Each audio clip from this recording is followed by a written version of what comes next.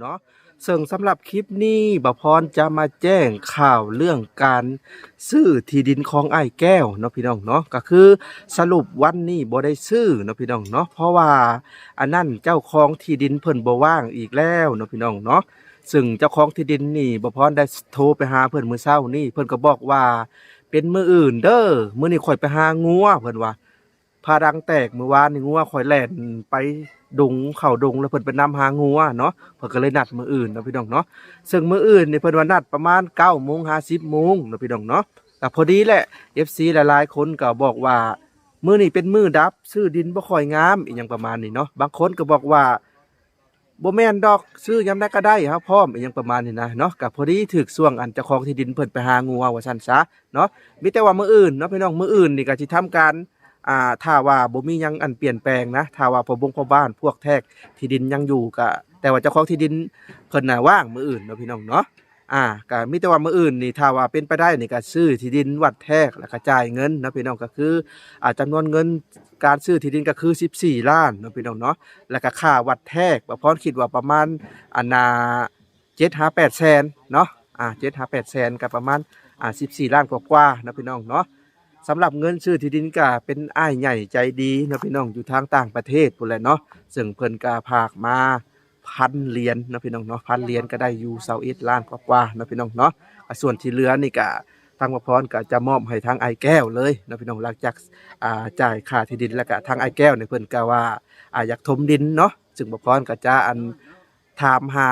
พวกที่จกดินขายเนาะพี่น้องแล้วก็สิติดต่อให้ทางอ้ายแก้วเลยเนาะพี่น้องเนาะ และการเนื้อที่ดินของไอ้แก้วนี่คือความกว้างนี่15 เมตรความยาวนี่18 เมตรเนาะการถมดินนี่สิให้ซ้ำแบบเป็นเพียงนี่ก็ระดับ10 กว่าโลดเนาะพี่น้องประมาณ15โลดเนาะ15หรือ16โลดเนาะ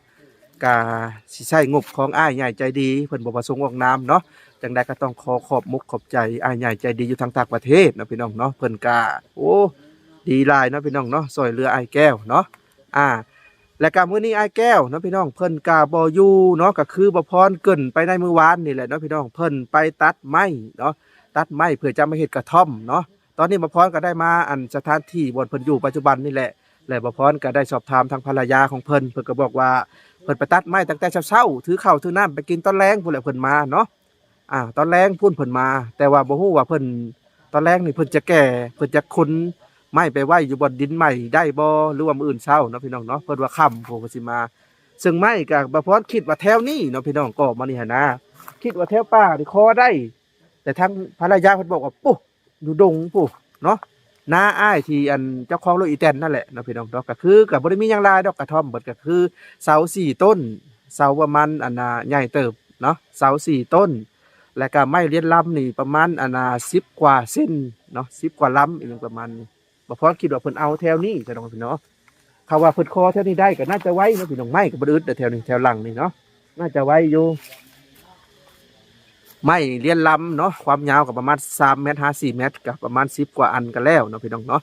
ลักษณะกระท่อมนี่จะเฮ็ดแบบนี้เนาะพี่น้องจะเฮ็ดเป็นกระเทิบเลยแบบเฮ็ดง่ายๆบ่ได้เฮ็ดเป็นทรงจั่วบ่ได้เฮ็ดเป็นทรงแหลมเนาะเฮ็ดกระเทิบเนาะใส่ไม้เลียนลำพัง4เสา4ต้นเฮ็ดสีสูงๆแล้วก็ ตอกสังกะสีทั้ง2%ซื้อมาให้มื้อนั้นแหละเนาะแล้วก็สังกะสีแล้วก็ทั้งวาลาเพิ่นก็บอกว่ามีงบส่วนหนึ่งก็จะ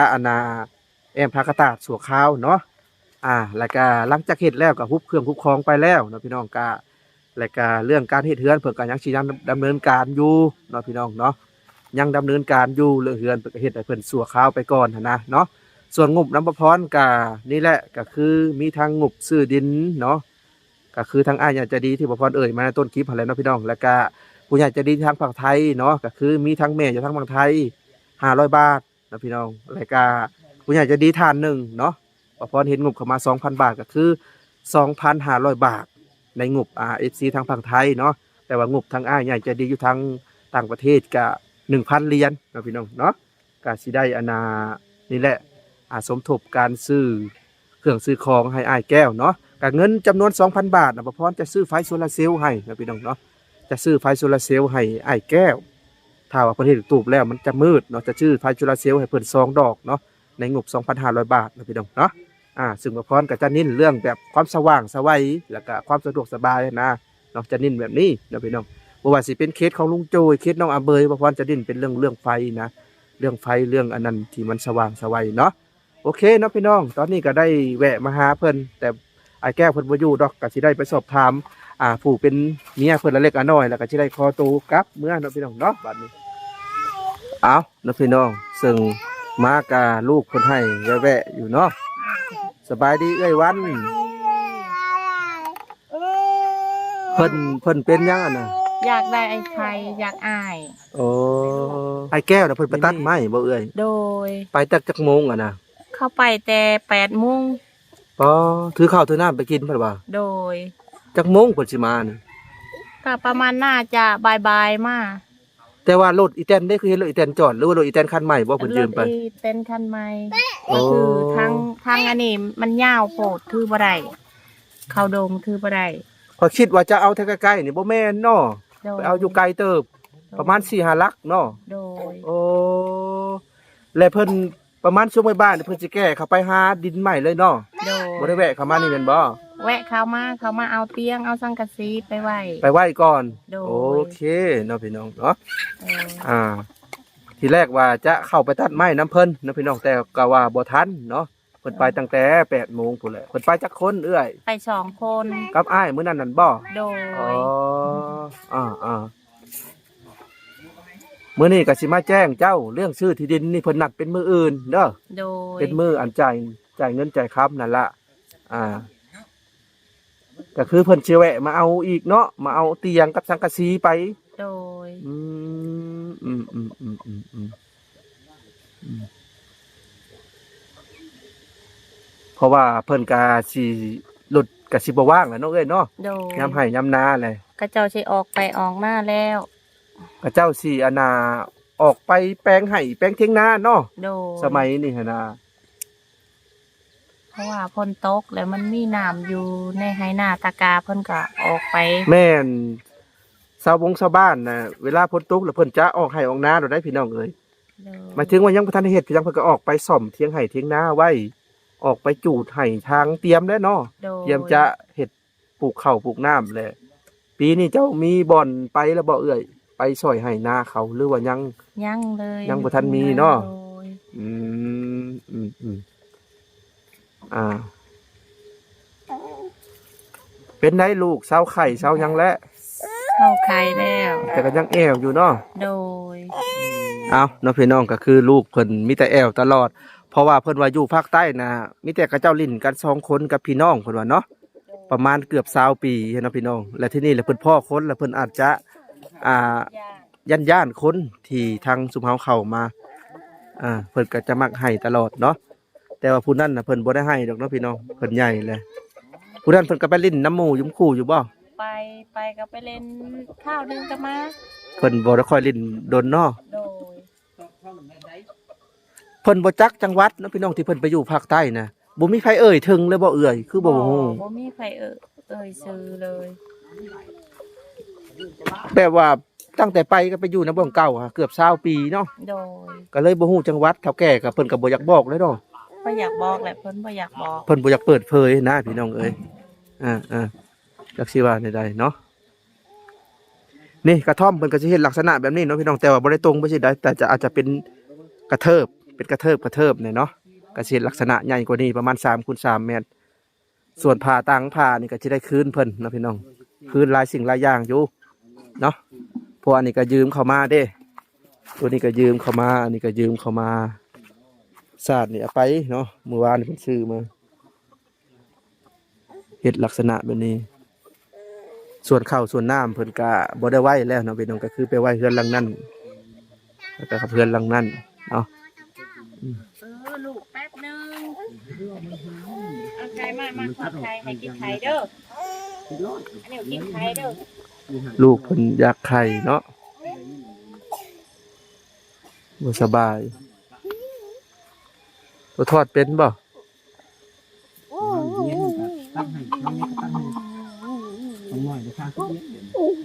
เพิ่นไปเอาสิ่งของเพิ่นนั่นเนาะ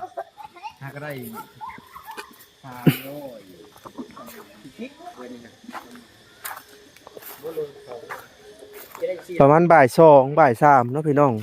เพิ่นจะอันแหว่มาเอาเตียงแล้วก็สังกะสีแล้วก็สิได้อันน่ะคนไม้เรียนลำไปไว้ก่อนไปไว้ณที่ดินใหม่ของเพิ่นนั่นแหละเนาะกับมื้ออื่นก็ลงมือเพิ่นไปกับอ้ายผู้ที่ก็ขับรถอีแตนคันนั้นแหละนะพี่น้องเพิ่นไปนั่นนะบ่พรคิดว่าเพิ่นคอแถวนี้เนาะถ้าว่าคอได้แถวนี้ยิ่งดียิ่งใกล้เนาะพี่น้องนี่แถวนี้ก็ป่าบ่ได้อึดไม้เรียนลำนี่พอเฮ็ดตูบได้เลยเนาะ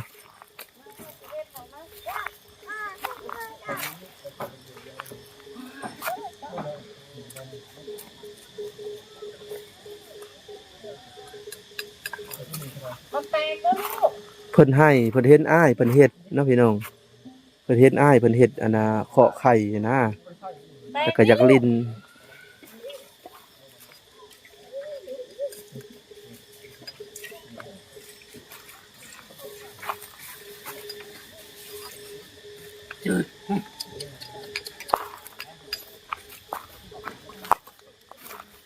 มาแม่ถอดให้ลูกมาลูกมาเดี๋ยวมันแตกมาล่ะมากินบ่กินบ่ ที่จริงหม้อกระทะเพิ่นมีเนาะพี่น้องเพิ่นยังบ่ทันได้ใช้เนาะเพราะว่าเพิ่นจะใช้ในบ้านใหม่ของเพิ่นน่ะนะอันนี้เพิ่นแบบสไลด์คนแถวเขตนอกเฮานั้นเนาะพี่น้องเพิ่นนี่ใช่ จะถนอมเรื่องแบบจะบ่อยากใช้อะนะต้องแบบบ่มีอะไรจังใส่เนาะคือสิได้หม้อกระทะนี่มีแต่ว่าเพิ่นใช้ตัวนี้ไปก่อนน่ะดิเพิ่นเอาไว้ใช้ตอนขึ้นบ้านใหม่บ้านหยังเพิ่น อ้าวดิวพ่อกินบ่เมิดลูกให้ดูเขาเอง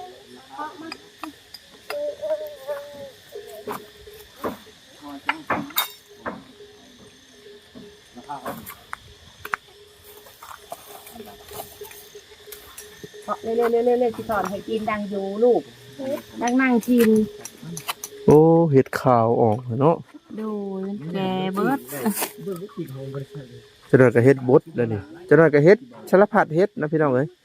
แถวนี้เฮ็ดลายอยู่แล้วป่าลาย อ๋อนี่อดีท่านสิกินยาเล่นลูก ใช่กันป้า ใคร ผู้ใหญ่นี่ออนิวบ่หรือออดิว อันนี้ชื่อดิว ชื่อดิว โดยมาถอดไข่ให้ถอดไข่ ให้ดูซอสเองขายมาให้ดูซอสเองขาย มันความเลย ใช่ได้ไหมน้ำมันหม้อไหม้เด้อบ่จ๊ะ ใส่น้ำมันก่อน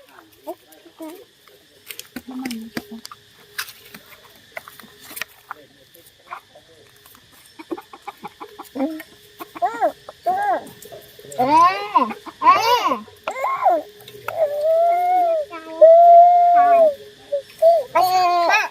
ใช่ไหม ยังมันน้ำมันยังบ่ฮ้อนลูก ให้น้ำมันร้อนก่อนร้อนเดือดๆแล้วจังเทไข่ลงเพิ่นก็น่าจะเป็นทอดไข่อยู่ดอกเนาะทางเอื้อยเพิ่นเพราะว่าเคยทอดอยู่ดอก พวกเขาแล้ว ย่างลูกย่างเดี๋ยว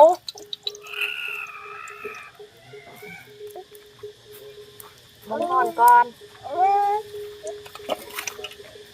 น้องมันคว่ำเด้อ มาเดี๋ยวมันความมาได้กิน มันฮ้อนแค่ทอดบ่ได้มันกระเด็นใส่ลูก ไม่เอาลูกไม่เอา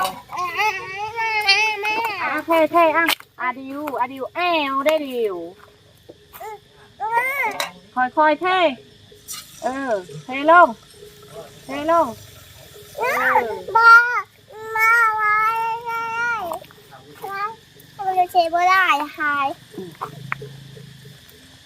เอาถือถ้วยไว้มาซ่อนมา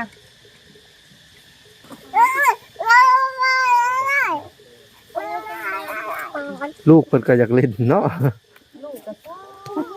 เพราะว่าเห็นผู้ใหญ่เฮ็ดเพิ่นก็อยากเฮ็ดเด็กน้อยนะพี่น้องแต่ว่าหม้อกระทะเจ้าก็มีอยู่เนาะเอ้ยเนาะ โดย แต่ว่าเพิ่นยังบ่ทันใช้นะ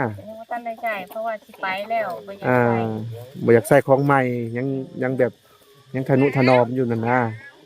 บัดเพิ่นนั่นน่ะพุ่นแหละเพิ่นสิใช้ซึ่งมื้อนี้เพิ่นบ่ได้เอารถคันนี้ไปเนาะพี่น้องเพราะว่ารถคันนี้ทางมันยาวเนาะทางมันยาวและก็เวลาเข้าโคกเขายังต้นไม้ลายแล้วก็เว้ยยากเนาะแล้วเพิ่นก็ได้ยืมรถอีกคันหนึงที่ทางมันสั้นกว่านี้เนาะพี่น้อง รถที่เพิ่นยืมไปซื้อเครื่องซื้อของไปหับเครื่องหับของน้ำซ่องบ่อแซนกับรถคันนี่แหละเนาะ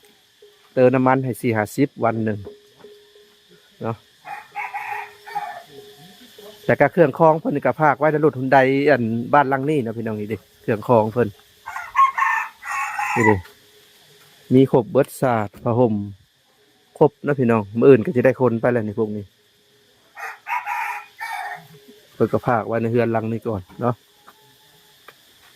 และส่วนฝนตกแห้งๆนะพี่น้องเพิ่นก็ไป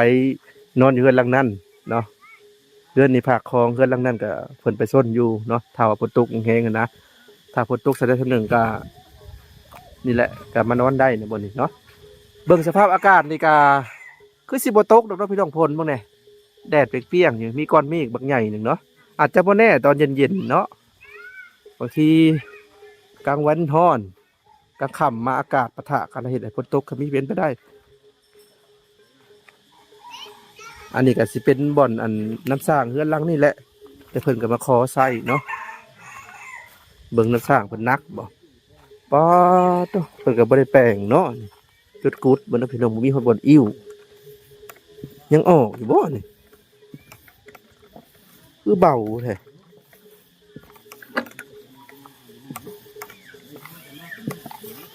เฮแล้วบ่จังหรือว่าฟอยล์มันเหี่ยแล้วบ่จังเดี๋ยวอ๋อแล้วก็ออกแสดงว่าพลอยอยากเหี่ยนแล้วนี่เบาอยู่เนาะพี่น้องแต่บ่อยากแห้งปานใดเบาอยู่บ่อยากแห้งปานใดเพิ่นก็ฮอดบ่แปลงเนาะห้องเฮือนหลังนี่แหละคิดว่าหรือว่าหลังนี่แต่หลังน่าเพิ่นใส่ใดแล้วเนาะน่าจะเป็นหลังนี่แหละครับสร้างและก็พามาแวะเบิ่งห้านเนาะพี่น้องเขาเอิ้นห้านลาบงัวเนาะนี่ดิแต่ก่อนเฮือนหลังนี่มีดองเนาะพี่น้องคือเขตแถวนี้เนี่ยเพิ่นยังอนุรักษ์เรื่องการเฮ็ดห้านอยู่เลยพี่น้องเอ้ยบ่ว่าสิเป็นงานทำบุญงานดองเพิ่นก็จะเฮ็ดไปสิจะตัดไม้มาแล้วเฮ็ดไปสิแล้วก็ใส่ไม้แป้นปูบักใหญ่เนาะแล้วก็ให้พ่อครัวแต่งอยู่แต่งกินนั่นนี่เลยเพิ่นจะบ่ได้เฮ็ดในเฮือนเนาะเพิ่นย่านเฮือนเพิ่นเปื้อนนะสมัยก่อนบ้านประพรก็มีแบบนี้ช่วงประพรอายุ11-12 ปีก็ยังเห็นอยู่เวลามีงานบุญงานยังในเฮือนก็คนจะเฮ็ดห้านแบบนี้คือกับงานทำบุญหาหญ้าของเอื้อยเพชรนั่นแหละที่ประพรถ่ายทำให้เบิ่งแบบนั้นแหละอันนี้เพิ่นลื้อออกแล้วอันนี้เพิ่นก็สิใช้ไม้แป้นแล้วก็ผักลาบอยู่เทิงผู้ปึ้งปังกันมาขึ้นไปแล้วก็กันไก่นะเพื่อบ่อยากเห็ดต่ำกับพื้นแล้วก็ทางบ้านเพิ่นก็ยังนิยมนิยมเลี้ยงควายอยู่เนาะพี่น้องเด้อนิยมเลี้ยงควายนี่งัวอยู่ทางบ้านเพิ่น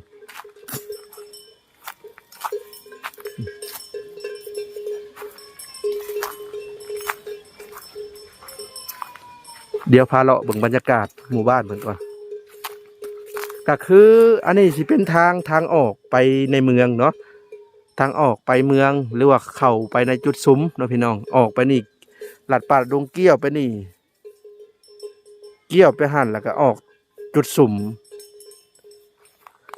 คือหมู่บ้านนี่เป็นบ้านนาทองเนาะพี่น้องบ้านนาทองก็คือกลุ่มนี่นะมีประมาณ 7-8 หลังคาเรือนแล้วก็ความทงหน้าไปอีกกลุ่มนั่นก็ประมาณ10 กว่าหลังคาเรือนและความทงหน้าไปอีกก็เป็นกลุ่มหนึ่งอีกก็ประมาณ30 กว่าหลังคาเรือนคือบ้านเพิ่นกระจายกันอยู่นะพี่น้องบ่ได้เป็นกลุ่มเป็นก้อนแล้วก็การเฮ็ดเส้นทางนี่ค่อนข้างจะยากแล้วแต่ว่ากลุ่มนี้สิเที่ยวออกนี้ก็ได้ถ้าเป็นยามแล้งกับกลุ่มเที่ยวลัดทงหน้าก็ได้ถ้าเพิ่นบ่ได้ดำนาเนาะลัดไปนี่ก็ได้มี3 กลุ่มบ้านเพิ่นนะพอสอบถามเมื่อวานเนี่ยว่าถ้าเรารวมกันนี่ประมาณจักหลังคาเฮือนเพิ่นว่าประมาณ60 กว่าหลังคาเฮือนผู้ใดบ้านเพิ่นนะตั้งแต่ว่าตั้งคนละทิศคนละทางบางคนก็ไปอยู่นาพุ่นเนาะก็คือทั้งเอื้อยเพชรกับไอ้คำก็อยู่นาตลอดจังซี่นะพี่น้องก็เลยเฮ็ดให้บ่มีเส้นทางเป็นหลักเป็นแหล่งนะส่วนไผก็นี่นิ่งมาแต่บ้านนั่นสองสายอลอดมานะพี่น้องแล้วก็มาจุ่มกันอันนี้ไฟนี่บัดนี้7-8 หลังคานี่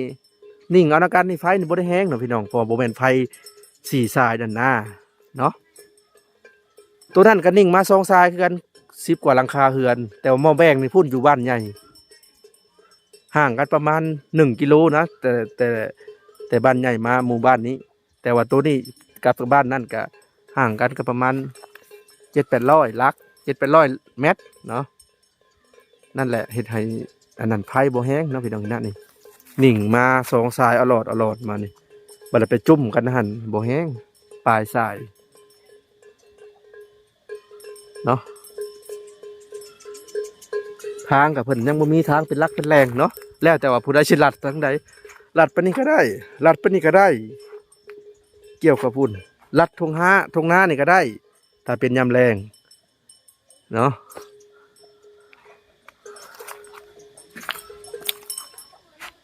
1 2 3 4 5 6 7 8 9 10 11โอ้11หลังเนาะกลุ่มนี่11หลังกลุ่มน่ะ10 กว่าหลังประมาณ16 17กลุ่มน่ะ30 กว่าหรือ40นี่แหละนะพี่น้องคือกระจายกันไปคนละทิศละทาง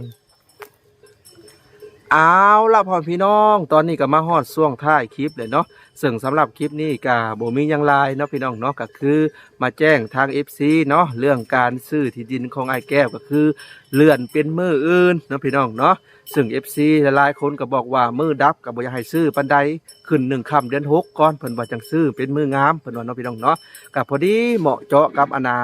เจ้าของที่ดินเพิ่นบ่อยู่เนาะพี่น้องเพิ่นไปหางัวว่าซั่นซะซึ่งเมื่อวานนี่ก็เจ้าของที่ดินเพิ่นก็เข้าไปในเมืองเนาะแล้วมื้อนี้เพิ่นก็ว่าไปหางัวเนาะพี่น้องเนาะเพราะว่าเมื่อวานนี่พาดังแตกงัวเพิ่นแล่นเข้าดงเข้าป่าเพิ่นนำหาเบิดมื้อเจ้าของที่ดินเพิ่นก็เนาะมีแต่ว่านัดกันมื้ออื่นเนาะพี่น้องนัดกันมื้ออื่นประมาณ 7-8 โมง 9 โมง 10 โมงนี่แหละแต่บ่พรกังวลเรื่องหนึ่งเนาะบางทีทางเจ้าของที่ดินว่างแต่ว่าผู้วัดแท้หรือว่าผู้บงกบ้านน่ะบ่ว่างก็จักสิว่าใดๆเนาะก็รอติดตามกันมื้ออื่นเนาะพี่น้องเนาะแต่ว่าเรื่องอ้ายแก้วกับครอบครัวเพิ่นนี่สิย้ายไปนี่คือย้ายแน่นอนมื้ออื่นเนาะพี่น้องย้ายแน่นอนเนาะบ่ทันซื้อดินก็สิไปอยู่หั่นก่อนแหละเนาะจังใดก็สิเป็นดินเพิ่นอยู่แล้วเนาะพี่น้องตอนนี้ทางอ้ายแก้วน่ะเพิ่นเข้าไปดงไกลเนาะพี่น้องจากนี่ไปประมาณ2-3 ลักเนาะเข้าไปตัดไม้ทีแรกว่าพรคิดว่าเพิ่นตัดแถวนี้เนาะพี่น้องถ้าตัดแถวนี้น่ะแป๊บเดียวก็แล้วเนาะแต่ว่าเพิ่นไปตัดอยู่ไกลอันนี้บ่แม่นดินของเพิ่นนะบ่แม่นดินของอ้ายผู้ที่ไปนํเนาะอันนี้คือเพิ่นไปตัดเอาอยู่นาของดินของอ้ายที่ขับรถไถนั่นเนาะพี่น้องเนาะทางอ้ายแก้คอน้ำอ้ายคนนี้แต่อันนี้เพิ่นบ่ลืมนะเพิ่นก็เลยไปตัดอยู่พุ่นเนาะก็มีแต่ว่าประมาณบ่าย2บ่าย3เพิ่นมาแล้วเพิ่นก็สิแวะเอาเตียงแวะเอาสังกะสีที่2%ซื้อมาให้มื้อนั้นนั่นแหละแล้วก็สิไปไว้อยู่พุ่นเลยมื้ออื่นก็สิแม่นลงมือตั้งแต่เช้าๆเลยนะพี่น้องเนาะเอาล่ะนะพี่น้องสำหรับคลิปนี้บ่พรก็สิได้ขอตัวจบคลิปเพียงส่ำนี้ก่อนนะพี่น้องเนาะมีแต่ว่าติดตามเคสของอ้ายแก้วต่อไปนะพี่น้องเนาะไปแล้วพี่น้องสบายดีและสวัสดีติดตามตอนต่อไปเด้อพี่น้องเนาะเคสของอ้ายแก้วว่าสิเป็นจังไดต่อ